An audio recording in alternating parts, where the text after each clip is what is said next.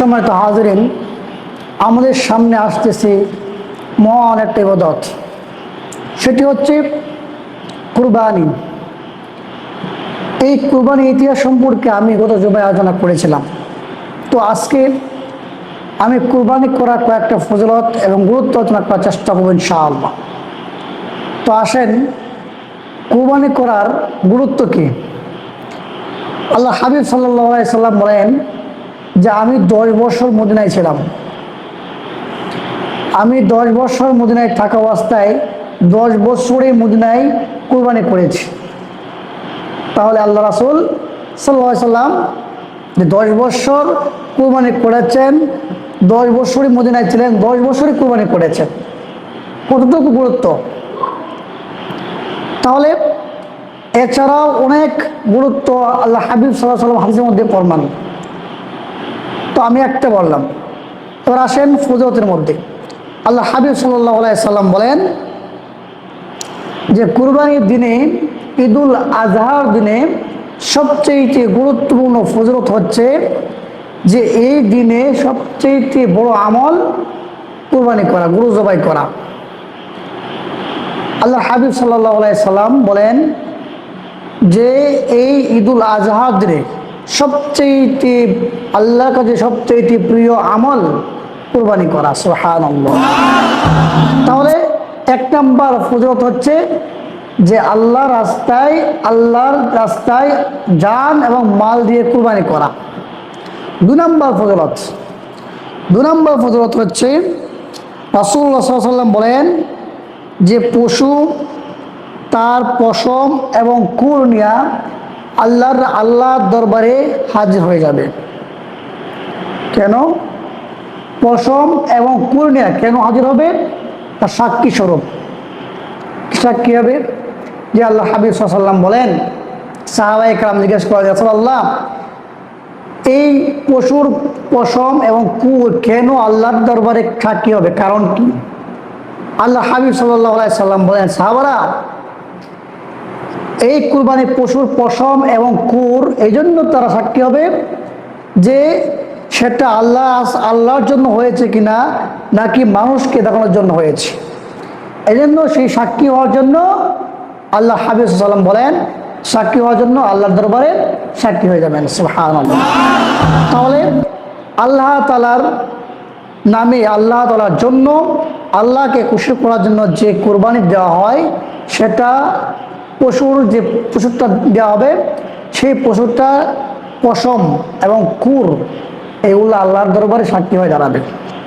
তাহলে 3 নম্বর ফজিলত হচ্ছে আল্লাহ হাবিব সাল্লাল্লাহু আলাইহি সাল্লাম বলেন যে কুরবানির প্রত্যেকটি পশমের বিনিময়ে আল্লাহ তাআলা তার আমলনামার মধ্যে সওয়াব লিখে দেন। সুবহানাল্লাহ।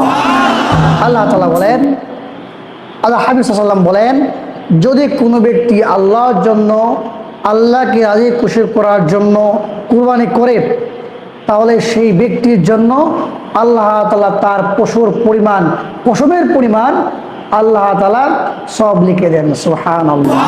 কি পরিমাণ সওয়াব! আল্লাহু আকবার, আল্লাহু আকবার। কি পরিমাণ নেকি!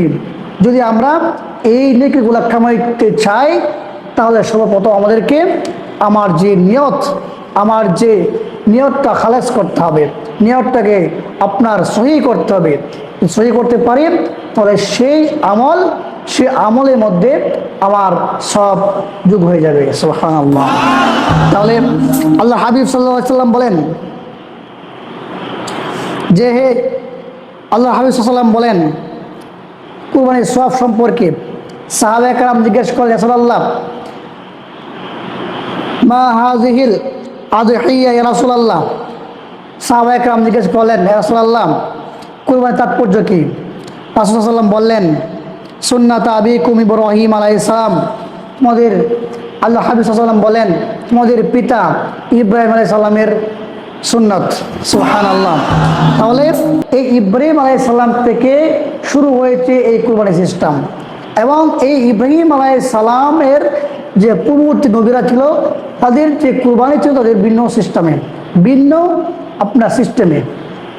তাহলে এই যে ইব্রাহিম এবং ইসমাইল আলাইহিস সালামের দুই পিতা এবং পুত্রের মধ্যে যে কুরবানির সিস্টেমটা চালু হয়েছে, সেখান থেকে আমাদের কিয়ামত পর্যন্ত এই সিস্টেমে কুরবানি হয়ে থাকবে। সুবহানাল্লাহ। তাহলে আল্লাহ হাবিব সাল্লাম বলেন যে সুন্নাত আবিকুম ইব্রাহিম আলাইহিস সালাম, যে এই কুরবানি করাটা ইব্রাহিম আলাইহিস সালামের সুন্নত। সুবহানাল্লাহ। তাহলে সাহাবায়ে কেরাম আমার জিজ্ঞেস করলেন, ক্বালু ফামা লানা ফীহা রাসূলুল্লাহ, তারা বলেন হে আল্লাহ রাসূল, এতে আমাদের লাভটা কি? আল্লাহ হাবিব সাল্লাল্লাহু আলাইহি ওয়াসাল্লাম বলেন, ক্বালা বিকুল্লি শাআরাতিন হাসানা। আল্লাহ হাবিব সাল্লাল্লাহু আলাইহি ওয়াসাল্লাম বলেন, এর প্রতিটি রুমের বিনিময়ে একটি করে নেকি। সুবহানাল্লাহ। প্রতিটি বিনিময়ে আল্লাহ তাআলা একটি করে নেকি দিয়ে দিবেন। সুবহানাল্লাহ। এরপর আল্লাহ হাবিব সাল্লাল্লাহু আলাইহি ওয়াসাল্লাম সাহাবায়ে কেরাম জিজ্ঞেস করলেন, ক্বালা ফাসুফু ইয়া রাসূলুল্লাহ, হে আল্লাহ রাসূল, ভেড়া ও দুম্বার পশমের বেলায় কি তাই? আল্লাহ হাবিব সাল্লাল্লাহু আলাইহি ওয়াসাল্লাম বললেন, ক্বালা বিকুল্লি শাআরাতিন মিনাস সুফি হাসান, বকরি প্রতিটি পশমের বিনিময়েও একটি করে নেকি রয়েছে। সুবহানাল্লাহ। তাহলে বকরি এবং ভেড়ার ক্ষেত্রেও আল্লাহ তাআলা এই যে পশমের বিনিময়ে আল্লাহ সেই সব আল্লাহ পাক দিয়ে দিবেন। তাহলে আমরা বুঝতে পারলাম, যদি আমাদের কুরবানি হয় আল্লাহর জন্য, তাহলে আমাদেরকে আল্লাহ পাক রব্বুল আলামিন অসংখ্য অগণিত আল্লাহ পাক নেকি দান করবেন।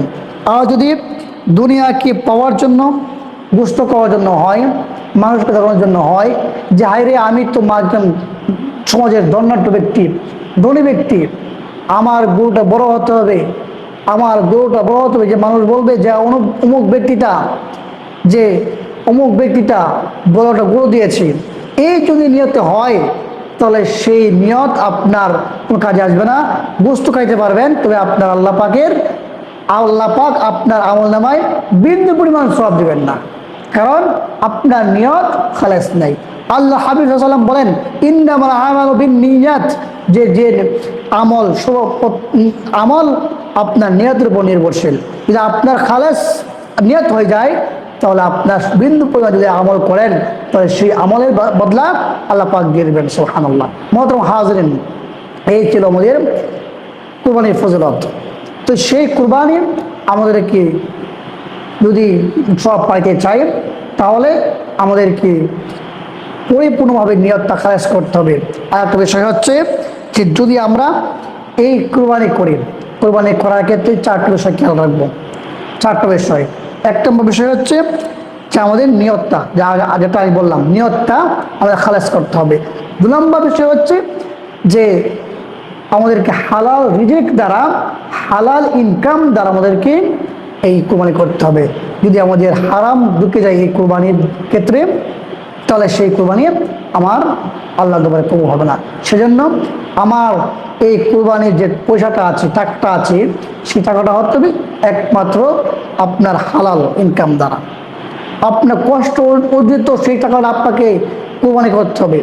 আর যদি আপনি ধরেন 1 লাখ টাকা দিয়ে কুরবানি করেছেন, একটা পশু কিনলেন, কেনার পরে আপনার 99,099 টাকা আপনার হালাল, 1 টাকা আপনার শুধু হারাম। এই হারাম 1 টাকার জন্য আপনার সেই কুরবানি বাতিল হতে পারে। এজন্য এই হালাল ইনকাম দ্বারা আপনাকে কুরবানি করতে হবে। এরপরে 3 নম্বর যেটা খেয়াল রাখবেন, সেটা হচ্ছে আল্লাহ যে বিধান দিয়েছেন, শরীয়ত দিয়েছেন, সেই শরীয়ত অনুযায়ী আমাদেরকে কুরবানি করতে হবে। 4 নম্বর বিষয় হচ্ছে যে একমাত্র আল্লাহকে খুশি করার জন্য কুরবানি করতে হবে। আল্লাহ তাআলা বলেন, কুল ইন্না সলাতি ওয়া নুসুকি ওয়া মাহইয়ায়া ওয়া মামাতি লিল্লাহি রাব্বিল আলামিন। আল্লাহ পাক বলেন, হে নবী, আপনি বলে দিন যে আমার নামাজ, আমার কুরবানি, আমার জীবন, আমার মরণ একমাত্র আমার রবের জন্য। তার জন্য? একমাত্র আমার রবের জন্য। কুল ইন্না সলাতি, আমার নামাজ, ওয়া নুসুকি, আমার কুরবানি, ওয়া মাহইয়ায়া ওয়া মামাতি লিল্লাহি রাব্বিল আলামিন, আমার জীবন, আমার মরণ একমাত্র রবের জন্য।